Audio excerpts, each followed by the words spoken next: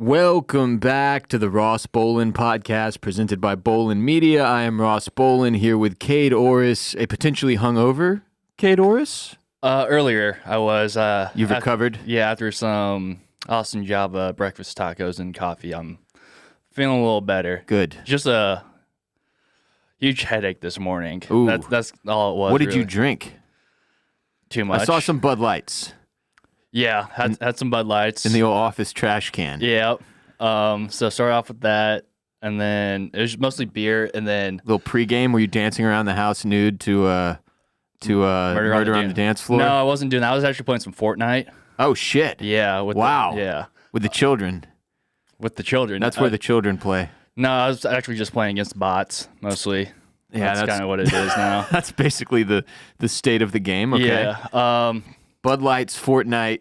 And then I had a shot of Rumplemints. It wasn't my choice. Was handed to you? Yeah. It was still your choice, just so you know. But yeah. Yeah, I could have said no, but hey. Yeah. And then there's Thursday also, night, baby. You're alive. Right. And then also a shot of tequila, which, again, I could have said no. Okay, well, this is where the headache came into play there. Mm-hmm.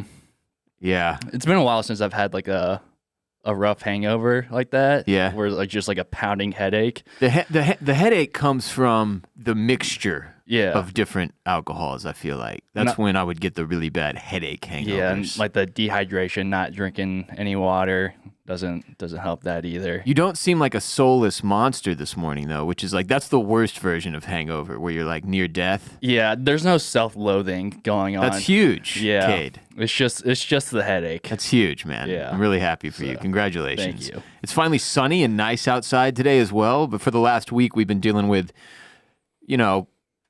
for our area, geographically, what is considered extreme winter conditions down here in Austin, with lows as low as 17 degrees, which I know to many of you around the country sounds like a walk in the park, but we had to winterize our outdoor pipes at the Bolin Media Content House and at my house, which got me back to thinking about how there are just pipes in our homes, in our apartments, in our domiciles that are just chock full of shit and piss running through the walls and underneath all of our house. And I guess also toilet paper.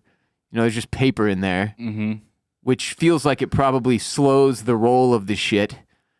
It's just a weird, you don't ever think about this. We don't think about it. It's out of sight, out of mind. It's kind of like not wondering how the sausage is made. Like, I didn't need to know about this, and now you just brought it up. Well, but like, if you want to know what's in a hot dog, you got to like Google it. Yeah. This is like common sense. Like when I go to the second floor of my house, I'm upstairs, and I take a shit,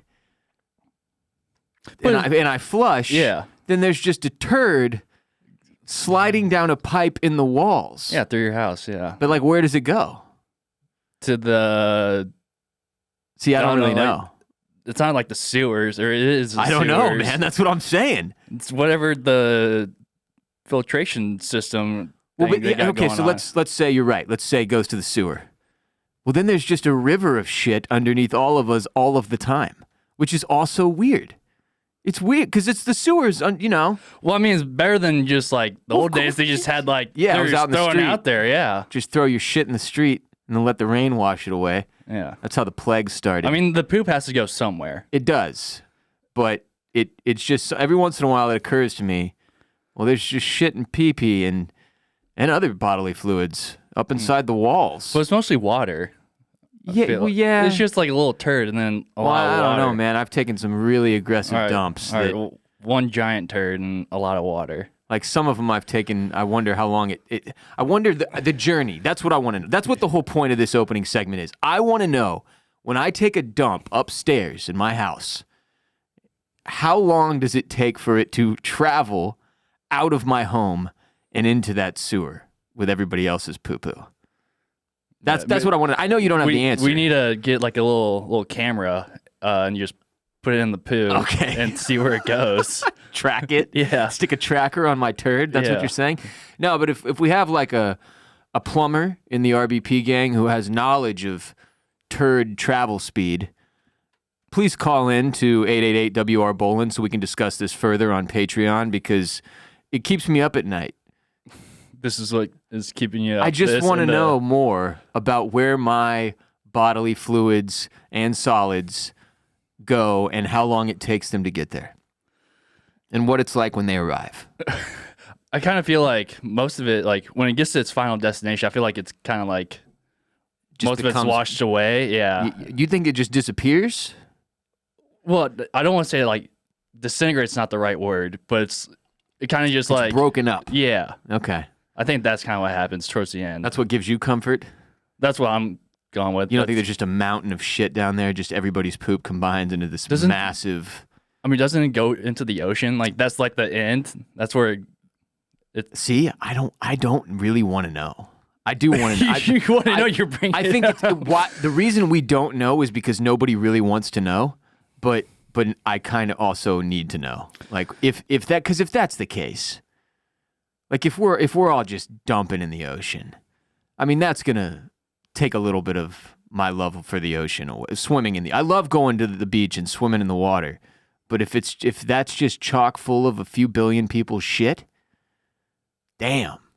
Then you're out on oceans. Vacation's just destroyed. Yeah, see, I'm not a big fan of the ocean, so that's fine with me. You can put your shit there. You don't like swimming in the ocean? Absolutely not, dude. The ocean's terrifying. Oh, it freaks you out? Oh my God, yeah. There's just... You don't know what's down there. I mean, someone's poo. The poo monster's down there for sure. All right, well, let's move on. I'm sorry to anybody who started listening to the show today during lunch. If you're on your lunch break right now and we started with poo talk, but frankly, if you've been here long enough, you know it's like a 50-50 chance that we're going to get to poo or the two-hole at some point during the course of the podcast. It just keeps happening because I'm sick in my head. It's one of the staples of our show. It's what we do here. It's mental health, comedy, and poo talk. Well, we're going to learn stuff today, too. That's huge. Oh. So let's go ahead and let's learn something weird. Grab your light. This is Stuff the Wikipedia when you're high. Stuff the Wikipedia when you're high.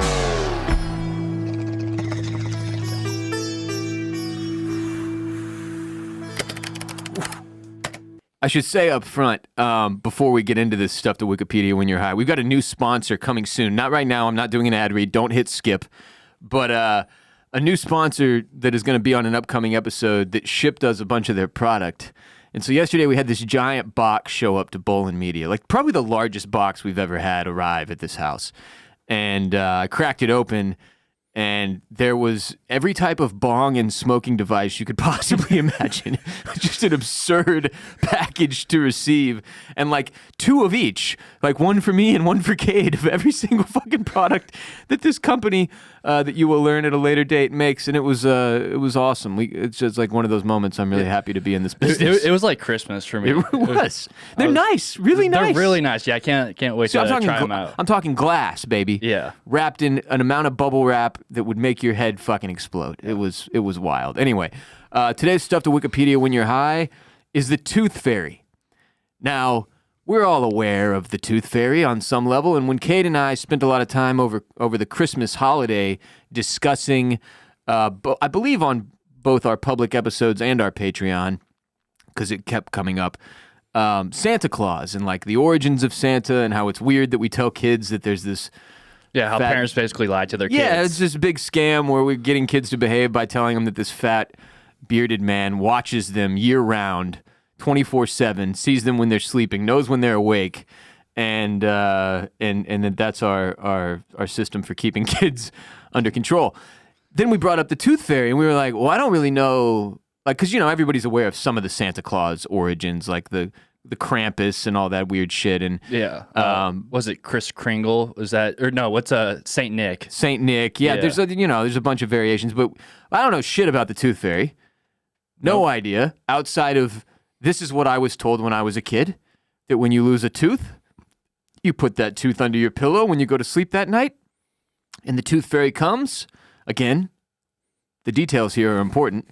Into your home, into your bedroom while you're sleeping, somehow accesses the underside of your pillow to take said tooth and replace it with currency, which is batshit insane and something we teach children. So we're gonna read the Wikipedia for the Tooth Fairy today, which it turns out is quite exhaustive. The Tooth Fairy, it says, is a fantasy figure of early childhood in Western and Western-influenced cultures. And I'll say up front, one of the most exciting things about this Tooth Fairy learning session we're having today is that it turns out the Tooth Fairy comes in many different forms internationally. So like here in the United States, it's quite simple by comparison. It's a fairy that wants your teeth. The shit that you're going to hear, son, about some of these other places, my God. Okay, so it says the folklore states that when children lose one of their baby teeth, they should place it underneath their pillow or on their bedside table. The Tooth Fairy will visit while they sleep, replacing the tooth with a small payment.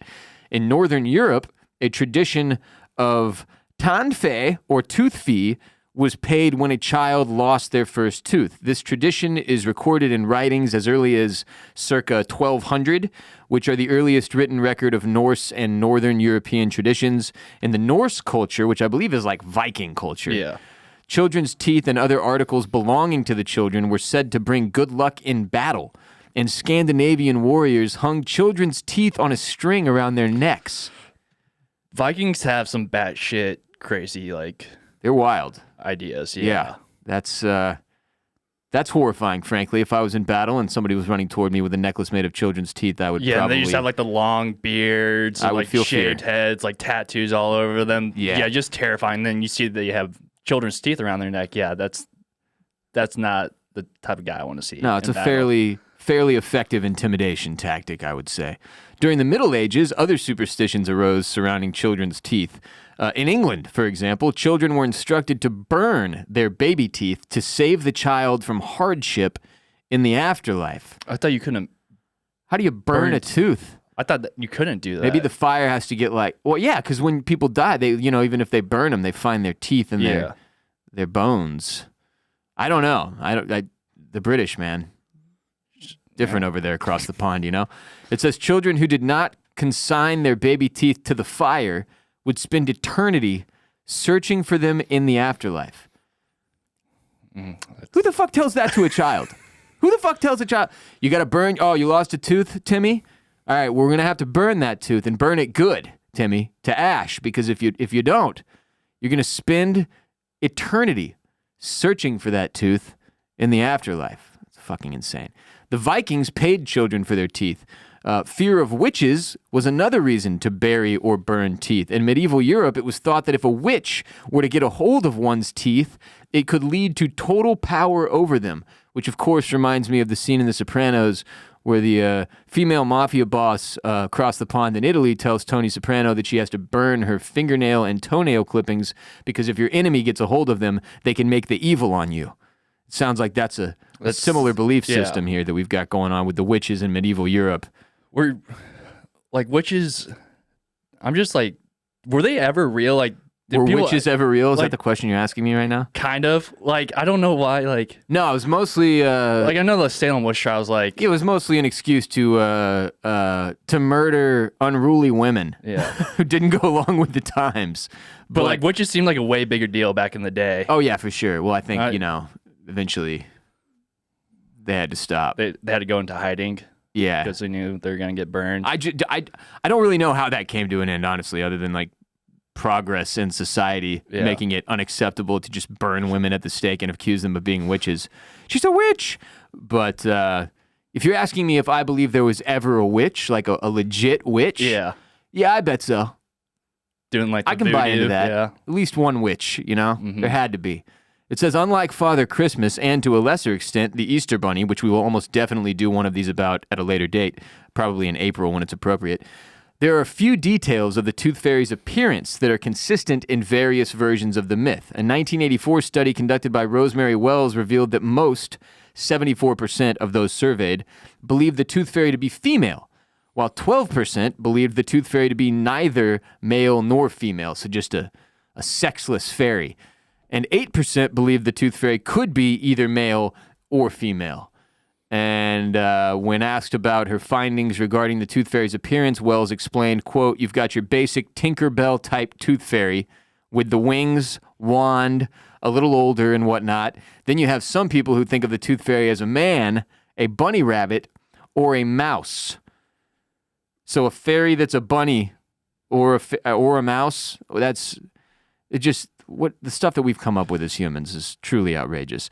It says, our review of published children's books and popular artwork found the tooth fairy also to be depicted as a child with wings, a pixie, a dragon, a blue mother figure, a flying ballerina, 2 little older men, a dental hygienist, a pot-bellied flying man smoking a cigar, a bat, a bear, and others. Yeah. 2 older men? 2 little older men? It's a 2-man job. You know, you got to have someone get the tooth and then someone to put the money under. Somebody to pick the lock. Yeah.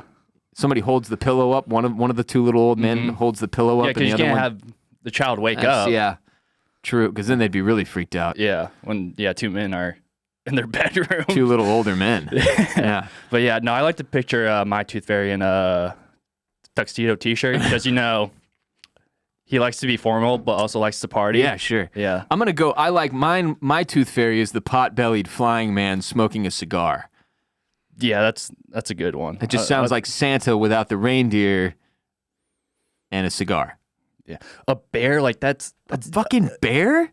just a giant bat? bear. Or a bat? How are they getting in there? I really don't know. I don't understand what we're doing. Unlike the well-established imagining of Santa Claus, differences in renderings of the tooth fairy are not as upsetting to children, it says. Yeah, I'm pretty fucking upset. So it's pretty upsetting to adults. Fucking pot-bellied flying man smoking a cigar, or a bat, or a bear. The reward left by the tooth fairy varies by country. The family's economic status, amounts the child's peers report receiving, and other factors come into play. It says a 2013 survey by Visa Inc. found that American children receive $3.70 per tooth on average. So that was 10 years ago. And it says, according to the same survey, only 3% of children find $1 or less, and 8% find a $5 bill or more under their pillow. It says the reward is affected by inflation. Of course it fucking is. According to data gathered by the American dental insurance company Delta Dental, the average payout per tooth in the United States rose from $1.30 in 1998 to $6.23 in 2023. Damn. I feel like in 2024, if you're not getting a 10 spot per tooth, your parents have cheaped out on you. I think when I was losing my baby teeth, I got like $5 for the first one, then I think the rest were like $1 or $2 maybe. That makes sense. Wasn't First one special. and then after that. like, because they just keep falling out after that. Oh yeah, there's a bunch of them. Yeah. Then, did you don't ever wanna have go to broke. get any pulled out because like they just wouldn't fall out? I vaguely remember tying a string around one. See, I never did any of that. I was not gonna do that. I want to say I did the string, and then I tied the string around a baseball, and then threw the baseball, and it yanked it out. But that could be like something I completely fabricated in my mind at this point.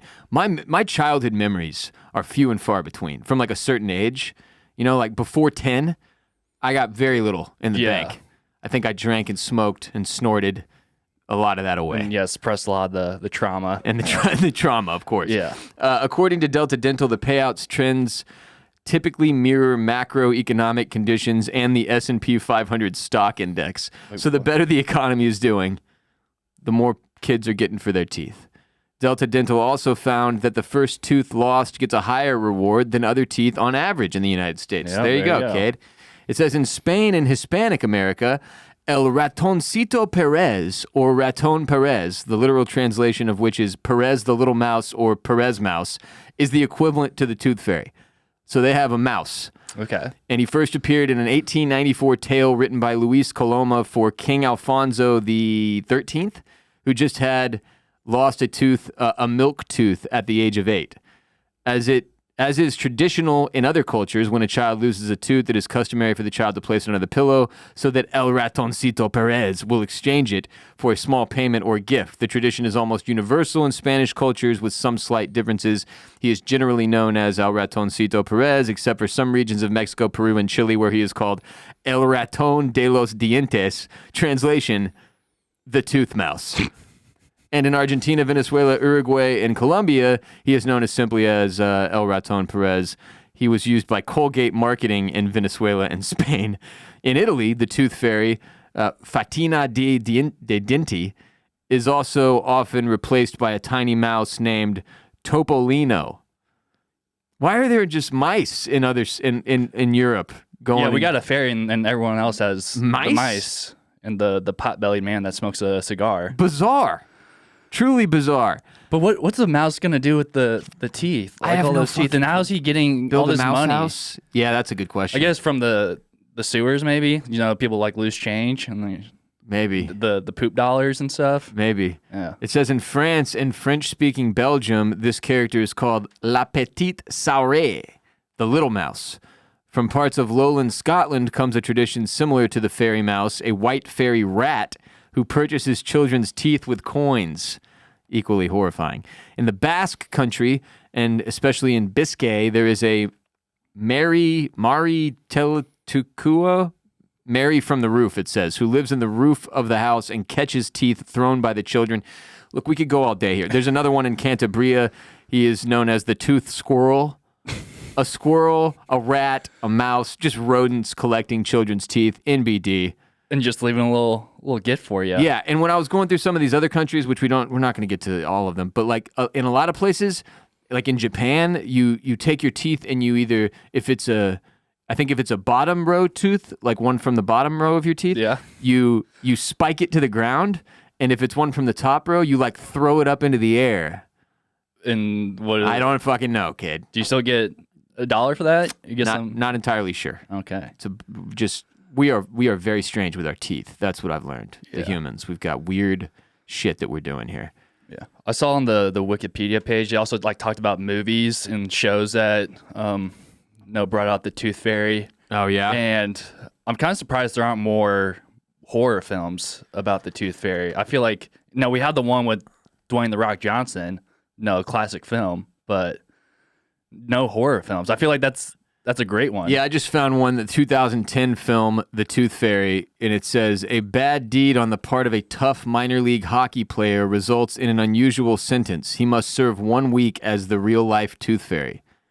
I guess because hockey players lose their teeth a lot. They do, yeah. Is the connection there? Fucking weird, though. And yeah, you're not wrong, considering we've got scary Santa movies now. Yep. We've got Winnie the Pooh horror films now. Got a Thanksgiving one. Yep. That just dropped. You got to assume there's going to be a Mickey Mouse one soon because some of their copyright trademark shit expired and they're public domain now. Yeah, Steamboat Willie or whatever. Yeah, as of a few weeks ago or a couple months ago or something. There's got to be a horror movie for the Tooth Fairy. If it doesn't exist already, somebody should be working on that script because Hollywood's fresh out of ideas. We know that. Yeah, no, they got nothing new going on up there. Just all sequels and existing IP. Mm-hmm. Anyway, there you go. There you have it. There's your history of the Tooth Fairy. It is about as disturbing as I expected it to be. Today's episode is brought to you by a new sponsor called Mood. If you're like me and have trouble falling asleep and staying asleep or relaxing in social situations or staying calm in general, maybe dealing with soreness after workouts, Mood might interest you. So listen up. Mood is an online dispensary with a variety of products tailored to set your mood with product lines like Energized, Creative, and Focused to help you get in the right mood for whatever your day has in store. And for a limited time, Mood is giving the RBP gang a free THCA pre-roll and 20% off your first order. Just visit hellomood.com and use our code RBP when you check out. I'm a big fan of Mood's Sleepy Time Delta 9 THC gummies that help me wind down at the end of the day, get to sleep and stay asleep so I can recharge and get ready for another day of podcasting and getting my ass kicked by my kids. Mood is known for their federally legal THC, and now they're adding their most potent product to the lineup yet. Introducing hemp-based THCA flower, the future of legal THC. Try it along with all of Mood's other amazing offerings like gummies, vape cartridges, and more. THCA flower is Mood's latest and most potent breakthrough in the world of legal cannabis. Since THCA converts into THC when you heat it, you get access to the classic marijuana high, and Mood has 10 high-inducing strains, the most potent they've ever offered. However you like to take THC, Mood has you covered. Great for both beginner and veteran users. Great tasting gummies, classic flower, convenient pre-rolls, and so much more. Try Mood's THCA flower today, and for 20% off your first order and a free THCA pre-roll with your order, go to hellomood.com and use promo code RBP. That's hello, M-O-O-D, hellomood.com. Code RBP for 20% off your order and a free THCA pre-roll. Now, it is time for insane headlines of the day. Our first one is probably about as unsettling as the Tooth Fairy lore. Google now admits it tracks you in Google's Chrome's incognito mode following $5 billion settlement. So you know how when you're on your Google Chrome, you use Chrome? Are you a Chrome guy? Are you a fucking Safari guy over here? Do you even know? Yeah, on my laptop, I have Safari, but on the Your big work computer? I use Chrome. Chrome? Yeah, but I've never used incognito. What about on your phone? I just use Safari. Really? Yeah. Huh. Well, okay. I'm a Chrome guy, and I'm like every Chrome user, I'm familiar with incognito mode, you know? Not speaking for myself here, but I think most people, when they're Googling something unsavory, perhaps pornographic, or like, if the mood strikes you and you're Googling like Selma Hayek boobs, then you go into incognito mode. Yeah, I don't want that on the regular browser. No, and you feel safe there. Yeah. You feel safe there. It's not. I do that. It's not showing up in the history, you know? On Safari, like you can like have like just your regular browser, then you can go like over to private. So I use that, but like it's basically the same thing. Well, I've always felt safe Yeah. in incognito mode, and it turns out I'm not. It says Google settled a class action lawsuit for $5 billion that it alleged it misled users into thinking the company would not track them in incognito mode. Its original disclaimer said that Chrome would not save their browsing data, but websites, ISPs, and others could still see it. A new disclaimer clarifies that while Chrome, the browser, isn't tracking your data in incognito mode, Google, the website and company, still can, which is an interesting distinction, Google. But $5 billion, Jesus God. Yeah, who's that go to? I don't know. I think a little bit of it, we'll probably all get like $1.25 in the mail, everybody that uses Chrome. Sorry for stealing your data. Here's $1.25. Yeah, we know like you just pull out a tooth and get the same. We know you looked up furry porn. Here's your $1.25. Yeah, you could get more from the Tooth Fairy, Kade. That's a good point. Anyway, that's more unsettling news. Here's another headline. Concert goers sue Madonna. You know who Madonna is, Kade? Yes, I am familiar with her. Yeah. They sue Madonna and Live Nation over show starting late. And this is fucking fascinating to me because this is a real problem in the concert industry. Show starts at 8:30. Suddenly it's 10:30 and they're still not on the stage. You're starting to wonder what the hell you were thinking coming to this concert. In Austin, for example, in Austin, Texas, a lot of headliners come through the city on Tuesdays. Like when I went and saw Jay-Z, it was a Tuesday night, which is a work or a school night, which, you want the show to start at a reasonable hour so that your next day isn't completely wrecked. Plus, for everybody that's over 35 years old like me, we go to bed much earlier than the youths. We don't have the same level of energy that you people do. So we need the show to start on time, and they fucking never do, especially rappers, and it turns out Madonna. From ABC News, 2 New York City men wanted to get into the groove of a Madonna concert. Now they're suing the pop superstar for starting her show late because they had to get up early the next day. Respect. Michael Fellows of Brooklyn and Jonathan Haddon of the Bronx, I like that 2 boroughs are represented here, bought tickets for Madonna's December 13th Celebration Tour concert at Barclays Center, which is where the Brooklyn Nets play. The tickets said the show would start at 8:30, but Madonna did not take the stage until sometime after 10:45 p.m., according to the lawsuit, and the men said that they were, quote, confronted with limited public transportation, limited ride sharing, and or increased public and private transportation costs by the time the show let out at 1 a.m., perhaps encouraged by Madonna's urging to express yourself. Fellows and Haddon also complained the concert was no holiday because, quote, they had to get up early to go to work the next day and take care of their family responsibilities, end quote.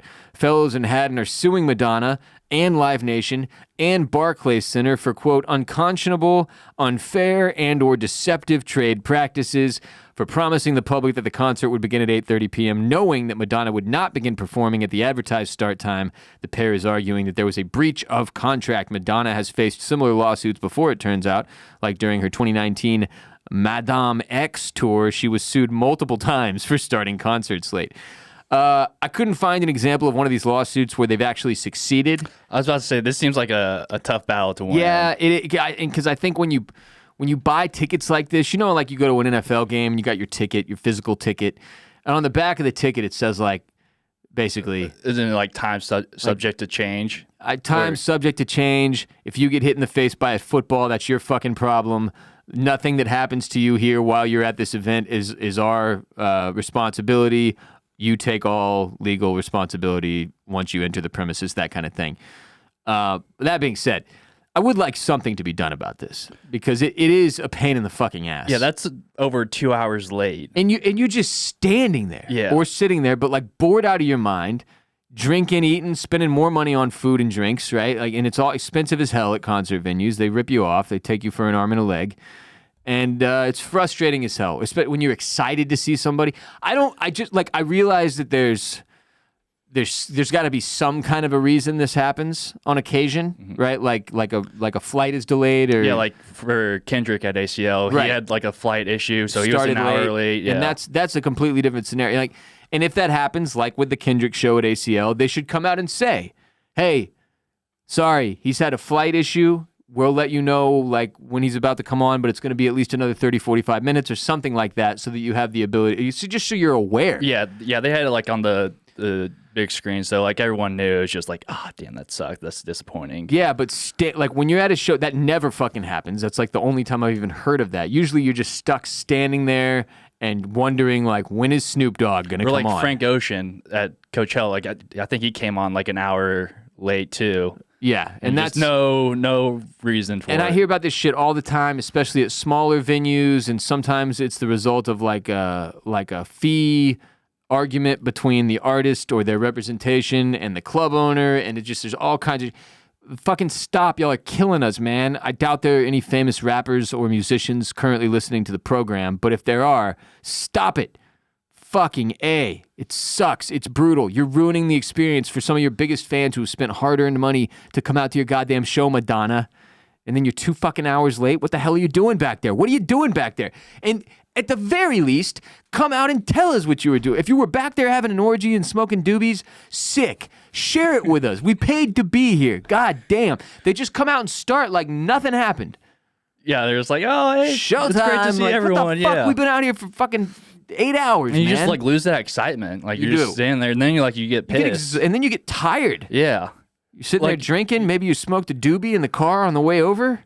like you're starting at 11. Like I know, like in a lot of cities, like they have like noise curfews or something, like where like you can't like Especially for outdoor venues. yeah, you can't be like playing music like past a certain point. Like, and you're already almost at 11, which is like when the cutoff is. I want to hear Like a Virgin before midnight, Yeah, not after. like a virgin. It's a Madonna song. Yeah, I know. right. I figured. I don't know if I know that one. Like a virgin, What?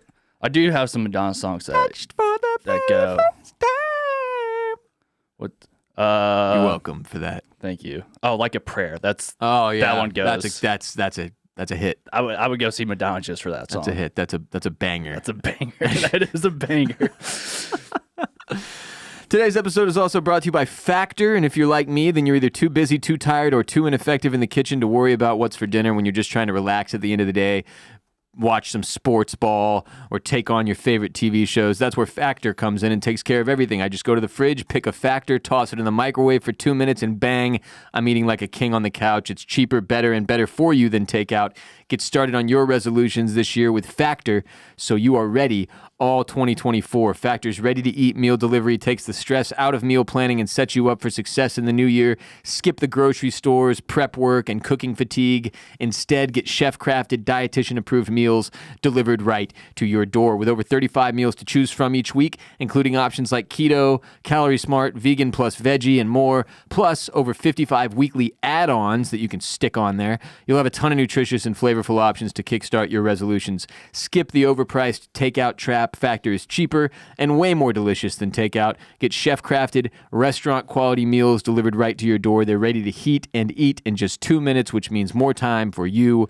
Forget frantic lunch preps and rushed dinners. Factor's 2-minute meals are your secret weapon in the new year. Fuel up fast with restaurant-quality meals all delivered right to your door.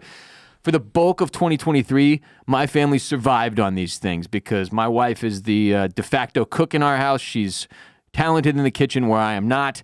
And because we had a newborn and everything that comes with that, she was not as available to do all that cooking. So we got us some Factor, and my God, is it good. I've tried a lot of these like prepackaged meal services companies over the years. Factor is far and away my favorite, the most delicious, and with the best options in terms of all the different things you can pick from. Super easy sign up. And I'm a huge fan of Factor, and they've been a solid sponsor for us for like a full year now. So head to factormeals.com/RBP50 and use code RBP50 to get 50% off. That's code RBP50 at factormeals.com/RBP50 to get 50% off. Oh my God, we haven't done this segment in so long. And now, Ross Boland's Animal of the Week.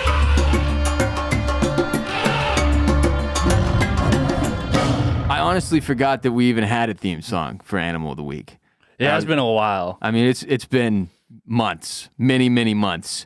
Frankly, the first like 200 episodes of this show, we covered so many goddamn animals Yeah, you're just cranking them out. that now it's hard to go find one that I haven't done before. Like when this one got sent to me, which was sent to me by a listener in my Instagram DMs, I think a week or two ago, I first look, I was like, I'm pretty sure we've done that. But then I Googled, because usually I can just Google the Ross Boland podcast and whatever animal it is I'm trying to cover.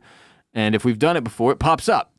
But it did not pop up, and I searched my Google Docs, so I'm pretty confident this is the first time we will have done the volcano snail, otherwise known as the scaly foot gastropod.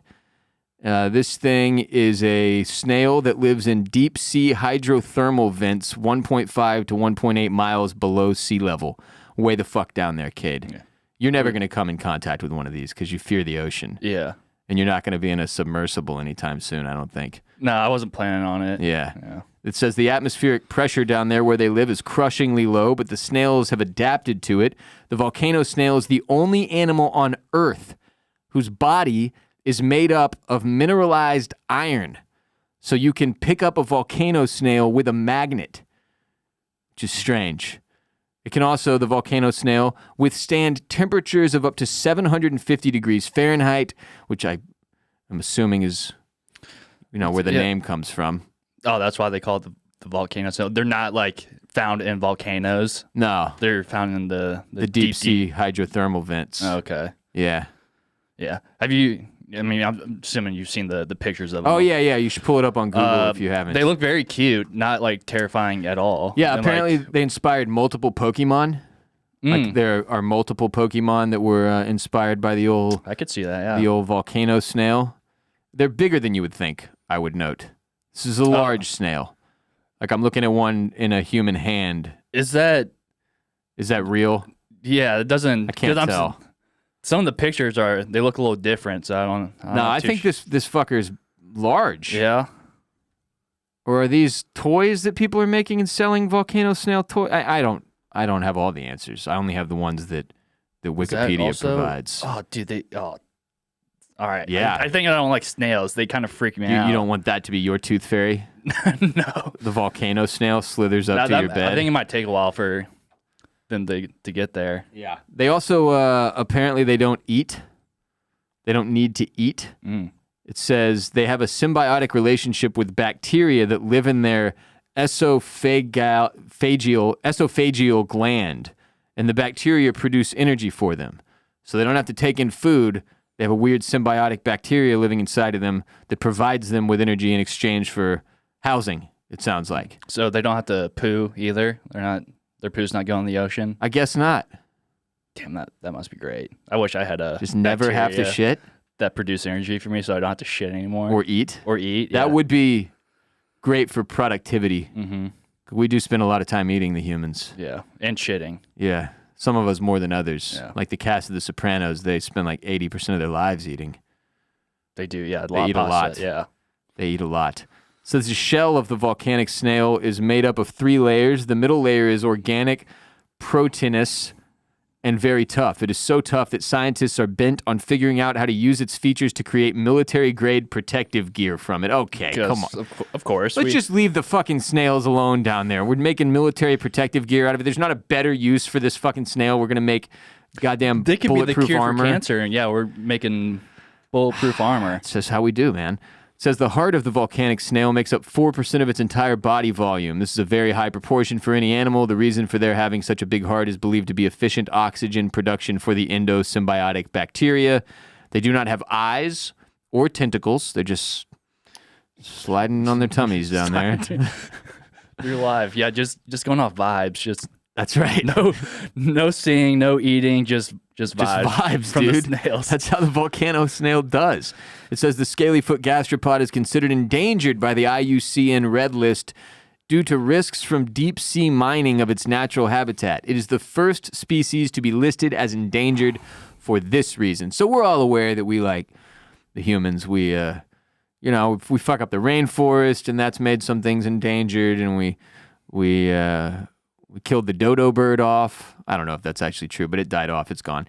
This is the first deep sea mining potential casualty that we'll have, and it's the old volcanic snail, the volcano snail. Yeah. See, you could be 2 miles We'll still deep get in the you. ocean. Yeah, we'll find you. We'll come down there. We'll turn you into body armor for our military and fuck your whole shit up, dude. God damn. It really is a we bummer. suck. We gotta We stop, suck. man. We just gotta stop. It's just unbelievable. Dude, I was listening to what we brought up Murder on the Dance Floor earlier. Another one of the songs in the movie Saltburn is MGMT Time to Pretend. Mm-hmm. And one of the lyrics is like the start of the chorus is control yourself, take only what you need from it, which is obviously referring to like the earth on some hippie shit, you know? But this is a perfect example of like, God, do we need to be down there? Do we need to be mining that deep? Do we need to be down there? This is exactly how you unleash some Godzilla-like shit. You crack open the wrong cave or fucking what kind of weird hydrothermal vent, and the next thing you know, some sea monster is rising out of the ocean and destroying Japanese cities. Yeah.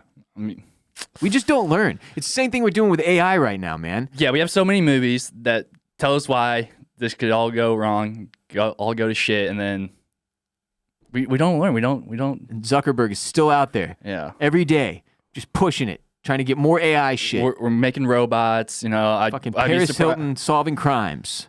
I wouldn't be shocked if we start, cloning like dinosaurs and making theme parks. My big question, What? just straight up Jurassic Park. Yeah. My big question at this point is by the time I'm dead, in my lifetime, will we be doing robot armies? Because we see these little robots getting bigger and better, and they're dancing and they're learning karate moves and shit. These robots, are they eventually going to replace human soldiers, and will we be doing robot wars? And is that event like then it's going to be like that scene in Braveheart where the two sides are bum rushing each other, and then it turns out it's the Scottish and the Irish, and they stop and they shake hands and combine forces, and then they go attack the British.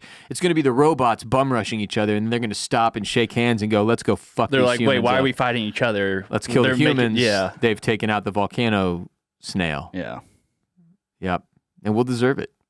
Yeah. No, after all the We're shit asking we've for done, it. yeah, We're really kinda are asking for it, man. Anyway, volcano snail, animal of the week, was a good one. It's also endangered though because we can't protect stop the volcano snail. deep sea mining. That's our big philanthropic effort this year as a show. We're trying to save the volcano snail from all the evil deep sea miners that are out there. If you're a deep sea miner and you're listening, stop it. Fucking cut it out. That will do it for today's show, but please support our sponsors by hitting the links in the description of this episode and using our dedicated codes. That's how we pay the bills here at Bolin Media. Sponsors for today's episode in the description below, whether you're watching on YouTube, listening on Spotify or Apple Podcasts or one of the other major podcast platforms. Get down there, click, use our codes, support our sponsors, support our show. Another way to support our show, go to patreon.com/Ross Bolin Podcast. Patreon, patreon.com/Ross Bolin Podcast, where every week Kade and I put out an ad-free, all-new, exclusive episode, all new content, none of the stuff from earlier in the week or later in the week in some cases like this week, but every week. So there's a huge backlog, hundreds of episodes that you've never heard before if you've never been on patreon.com/Ross Bolin Podcast from pretty much every era of RBP. And you can go today, sign up for as little as $5 a month, and gain access to the entire backlog, including this week's Patreon episode, which came out yesterday, before this episode even. That's just how the schedule shook out this week. It's been a wild one. Baby RJ got sick. My grandma was in the hospital. It's been a lot of chaos. I talk about that in more detail on Patreon, though, if you're interested. And those are the two main ways you can support us here at RBP. Support our sponsors who make the show possible. Then go to patreon.com/Ross Bolin Podcast and get a whole nother episode of RBP every week. If you're bummed out and annoyed that there's only one episode of our show per week, well, you're wrong. There's not. There's two. You just don't get the other one because you're not on patreon.com/Ross Bolin Podcast, making sure this show can continue to exist. So please go sign up today, support the show, subscribe, and gain access to all of our ad-free exclusive episodes that are there on patreon.com/Ross Bolin Podcast. To support our other shows, go to bolinmedia.com, check out Formula Bone, Mr. Jared J-Bone Borislow's F1 show that is doing a lot of F1 off-season coverage currently, but the off-season is almost over. We're about a month away from the 2024 F1 season kicking off in late February, if I'm not mistaken. Formula Bone, available on youtube.com/@FormulaBone, and of course all the major podcast platforms as well. Right now on Oysters, Clams, and Cockles, Bolin Media's premier TV and movie podcast, hosted by myself and my dear friend Mr. Barrett Dudley, we are covering the 4th season of True Detective Night Country. Now, if you've never watched any of the other 3 seasons, it doesn't matter. This show is, what's the word? An Anthology? Anthology, I think, maybe. Each season is a different story. All right, and you don't have to have seen any of the other ones for this one to make sense. Kind of like Fargo or American Horror Story. Just every season they tackle a completely different story. So the premiere of this season was on Sunday, so you're only one episode behind if you haven't started watching True Detective Night Country. It's on Max, coming from HBO, and we're going to have a lot of fun covering the 6 episodes in total that will comprise this season 4 of True Detective on Oysters, Clams, and Cockles, which you can find wherever you get your RBP. And of course, if you are a Houston sports fan, you can check out Banging the Can, my Houston sports show that I also do every week. And right now we've been covering the Texans as they make an unprecedented, really, playoff run in terms of our team because we historically suck massive, massive ass. Yeah, big game Saturday. Huge game, kid. Rooting for you. For your boy, CJ Stroud. Yeah, Stroud boy. Proud boy. Stroud boy. Stroud, no, not Proud Boys. Stroud boys stand up. I'm a proud Stroud boy. And stand by. Yeah. Yeah. Follow us on Twitter and Instagram and TikTok at the Ross Bolin Podcast, at Ross Bolin Pod, if we're talking Twitter. Just search the Ross Bolin Podcast on all of them. You'll find it. It's on the social platforms. We're out there. We're doing it. Speaking of which, we're on youtube.com/@the-Ross-Bolin Podcast as well, where you can watch full episodes of our show. Thank you to those of you who are subscribed on YouTube. It means a lot. And we've also got YouTube Shorts there on youtube.com/@the-Ross-Bolin Podcast with clips of our show. Kade, where can the people follow you on social media? You can follow me on all the social media platforms at Kade Orris. That's KADEORRIS. And I'm at WR Bolin on X, formerly known as Twitter, and Instagram at WRBOLEN. We appreciate y'all. Thanks for being here. Thanks for listening. Tell your friends and family about RBP and all of the Bolin Media shows that you enjoy, as your word of mouth is the best way for us to continue to grow so we can continue to exist, unlike the volcano snail, which is being deep sea mined into oblivion. We don't want that to happen to us. No. We don't want that to happen to anyone or any creature. But really not us. Yeah. Even more than the volcano. If the volcano snail has to go for us to stay, yeah, it's going to be a tough choice. Yeah, it's going to take one for the team. It's going to be a tough choice. We need that military-grade body armor, too. Mm-hmm. Yeah. Yeah, it's really important, when we fight the robots. Yep. Exactly, kid. Exactly. Until next time, peace be with you, and also with you.